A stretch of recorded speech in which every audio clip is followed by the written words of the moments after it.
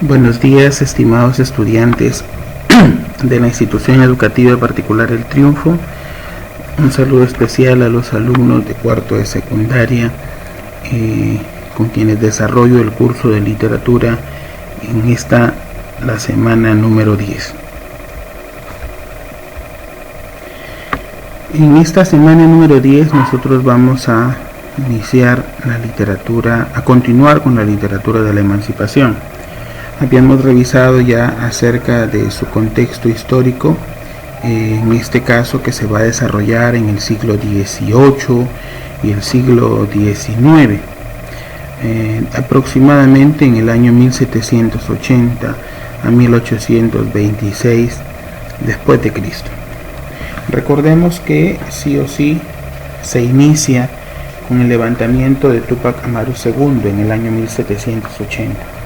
La lectura del discurso del elogio del virrey Jáuregui a través de José Baquijano y Carrillo, y en este caso se van a dar también las batallas decisivas por la libertad, que son la batalla de Junín y la de Ayacucho. Recordar que en este periodo también se va a desarrollar la firma del Acta de la Independencia el 15 de julio de 1821 y la proclamación apoteósica que se hace el 28 de julio de aquel mismo año, ¿no? En el año 1825 ya sería los últimos españoles que se retiran del Perú. En este caso el virrey La Serna es el último en salir del territorio peruano. Habíamos visto también las características manifestadas a través de la patria, la libertad y el sentimiento indígena, ¿no? La patria sobre todo porque en una connotación antiespañola y separatista, sobre todo porque existe este patriotismo solidario, unificador, ¿no? Y van a iniciarse las expresiones de la oda, las canciones, los panfletos, los epigramas de amor patrióticos.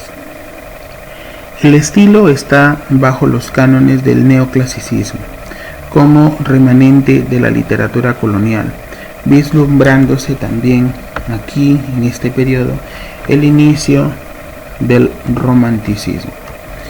Otra característica que hemos dicho hace un momento es la libertad, sobre todo porque no habían cánones o normas que establezcan cuáles eran los lineamientos para poder escribir. Se desarrollaron dos corrientes literarias o marcadas a través de la historia, que es la reformista y la separatista. Y la reformista a través del diario Mercurio Peruano, de aquí vemos un poco más de ello, y separatista a través de Juan Pablo Vizcardi Guzmán. El sentimiento indígena, que en este caso se da, la emancipación significó el resurgimiento de la cultura sobre el dominio español, ¿no? Entonces se buscaba que en el Perú se señale muy intenso la tradición, en este caso incaica. Habíamos mencionado a los representantes, que eran José Baquijano y Carrillo, Juan Pablo Vizcardo y Guzmán, José Faustino Sánchez Carrión, Mariano Belgar Valdivieso, José Joaquín Olmedo e Hipólito Unanue. Es justamente de quienes vamos a hablar el día de hoy, ¿no? Iniciamos hablando de José Baquijano y Carrillo. Nace en Lima en febrero de 1751.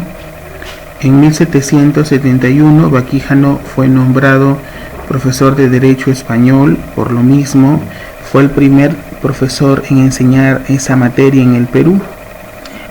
Continuando con la docencia, fue profesor supernumerario de institutos por el año 1778, ¿no? En 1781 es famoso por la lectura del elogio del virrey Agustín de Jáuregui, una velada crítica de las reformas hispanas que habían perjudicado la hegemonía comercial limeña en Sudamérica.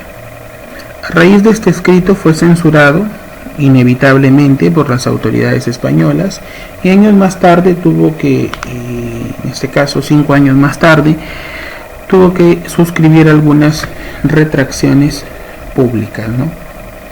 José Baquijano y Carrillo fue presidente de la Sociedad de Amantes del País y uno de los fundadores del Mercurio peruano en el año 1791, y que era el impreso ilustrado más importante del siglo XVIII. En dicho medio escribió varios artículos bajo el seudónimo de Cepalio, entre los cuales pueden mencionarse la historia de la creación y establecimiento de esta Real Audiencia, la historia de la fundación, progresos y actual estado de la Real Universidad de San Marcos de Lima, e historia del descubrimiento del Cerro Potosí, fundación de su imperial villa, sus progresos y actual estado. Muere en Sevilla el año 1817, ¿no? La fecha y el mes son relativos porque los biógrafos, algunos no coinciden en la fecha. ¿Ya? El siguiente autor es Juan Pablo Vizcardo y Guzmán. Nace el 26 de junio de 1748 en Pampacolca, Arequipa, Perú. Vivió sus primeros años en ese pueblo natal antes de cursar estudios con los jesuitas en el Real Colegio de Nobles de San Bernardo en Cusco. Ingresó como novicio a la Compañía de Jesús, que son los jesuitas. Realizó sus primeros votos en 1763.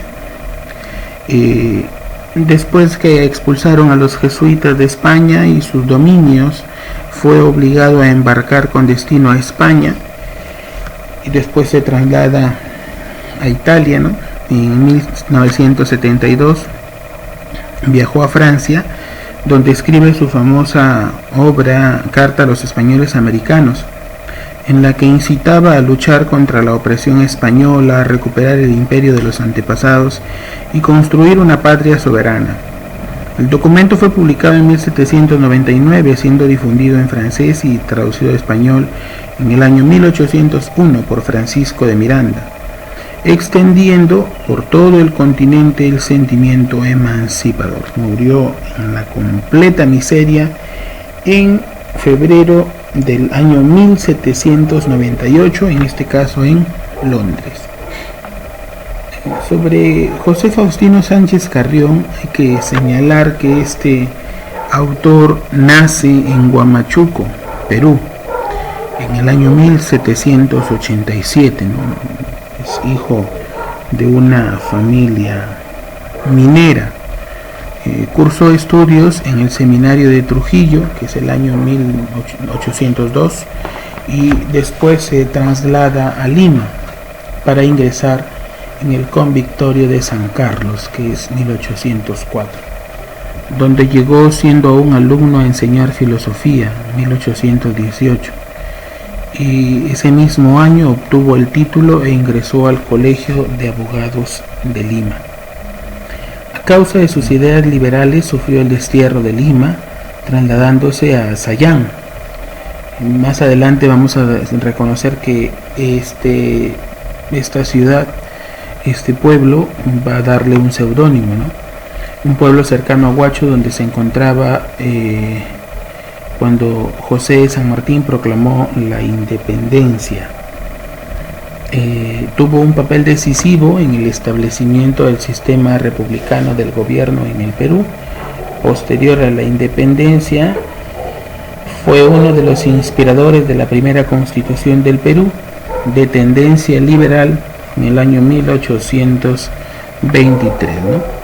José Faustino Sánchez Carrión entonces acompañó a Bolívar en su campaña en territorio peruano, suministrando recursos para el Ejército Unido Libertador, formado por la Gran Colombia y la República del Perú. El victorioso ejército en las batallas de Junín y Ayacucho. En octubre de 1824 fue ministro de Gobierno y Relaciones Exteriores,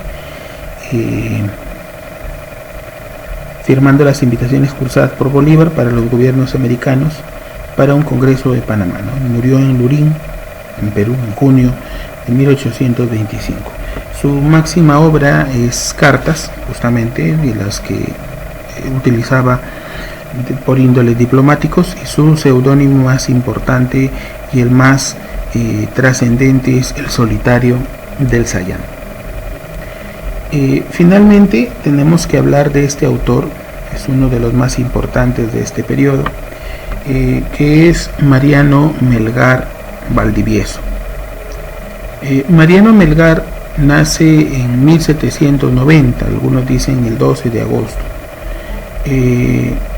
Años después, en 1807, después de haber hecho sus estudios en la escuela que funcionaba en el convento San Francisco de Arequipa, aprueba el examen para ingresar al seminario de San Jerónimo para estudiar teología. 3 años después gana una beca de gracia y le encarga servir interinamente en la clase de gramática. 1810, con 20 años, figura como catedrático de latinidad y retórica. El 9 de agosto de ese mismo año como catedrático en física y matemática, y recibe las órdenes menores en 21 de septiembre de manos del obispo de Arequipa. Tener en cuenta que con ocasión de la elección del Cabildo en Arequipa en 1812, Mariano Melgar escribe por encargo una oda que posteriormente sería conocida como la Oda a la Libertad. El 29 de marzo del año siguiente, Melgar dedica su oda a la soledad a José María Corbacho, su compañera en el seminario y en la Sociedad o Tertulia Literaria de Arequipa. Se enamora con pasión de su prima en segundo grado, María Santos Corrales, a la que dedica la inmortal carta a Silvia. ¿Por qué le pone Silvia? Porque no podía revelar que se había enamorado de su prima, a pesar que era de segundo grado, ¿no? El número 32, en 1813, en un semanario llamado El Investigador, aparece su fábula El Ruiseñor y el Calicero, de indudable contenido político. Cuando retorna a Arequipa, el poeta encuentra indiferente a Silvia, y para olvidarla se dedica a leer y traducir a Ovidio. Al consagrarse al trabajo de campo en el Valle de Majes, también, ¿no? El crítico Augusto Tamayo Vargas menciona sobre Melgar: el yarabí es la descomposición castellana del primitivo jarawi, como manifestación mestiza dentro de la literatura peruana, que recoge los elementos vernaculares convirtiéndolos en motivos poéticos. Entonces vamos a reconocer que Mariano Melgar crea en este caso el yarabí. En 1914, en los primeros días de agosto, estalla la revolución en Cusco bajo la inspiración de los hermanos Angulo, acaudillada por Mateo García Pumacahua. El 11 de marzo del mismo año, luego de la derrota en la batalla de Humachiri, el poeta arequipeño es hecho prisionero y siendo fusilado al día siguiente. 6 días después sería ahorcado Pumacahua. Se dice que cuando el oficial del pelotón pretendió ponerle a Mariano Melgar una venda sobre los ojos, este la rechazó diciéndole: póngansela ustedes, que son los engañados, porque América será libre antes de 10 años. Y si vemos las fechas, la de su muerte y la de la independencia, pues sí estaba en lo correcto, ¿no? La mayor parte de la obra de Melgar ha sido publicada póstumamente, ¿no? Ha sido clasificada a propuesta de Aurelio Miro Quesada y otros especialistas de la siguiente manera: poesía filosófica, poesía cívica, poesía laudatoria, poesía amatoria, las epístolas, los yarabíes, los epigramas, las fábulas, las traducciones, las perífrasis. En 1827 aparece en Ayacucho la carta a Silvia, y en julio de ese año el Republicano de Arequipa publica 5 fábulas de Mariano Melgar. En sus obras tenemos, ¿no? Su poesía tiene carácter nacional porque su fuente fue la lírica. Los yarabíes solo se conservan 10 poemas derivados del jarawi quechua. En estos se expresa el amor inconstante y el dolor también por la ausencia de la amada. El tono es tierno, amoroso, melancólico, triste. La poesía no es muy vasta. Tiene en poesía 5 odas, ¿no? A la libertad, al conde de Vista Florida, al Suemo, 2 sonetos que es a Silvia y a la mujer, 5 elegías, 10 yarabí, y también El arte de olvidar, que es la traducción de Remedios de amor de Ovidio. Y en sus fábulas, que está escrita en verso, son 10, el cantero y el asno, las abejas, las cotorras y el zorro, las aves domésticas, el asno carnudo, y algunas que se han encontrado en otras épocas, ¿no? Que es el ruiseñor y el calecero, que es en El investigador de Lima de 1813, los gatos, el murciélago, que está en El republicano de Arequipa de 1827, el sol en la bolsa de Arequipa en 1891, la ballena y el lobo, que es la última fábula descubierta en un manuscrito anónimo del autor. Recuerden, jóvenes, es importante quedarnos en casa. Cuídense.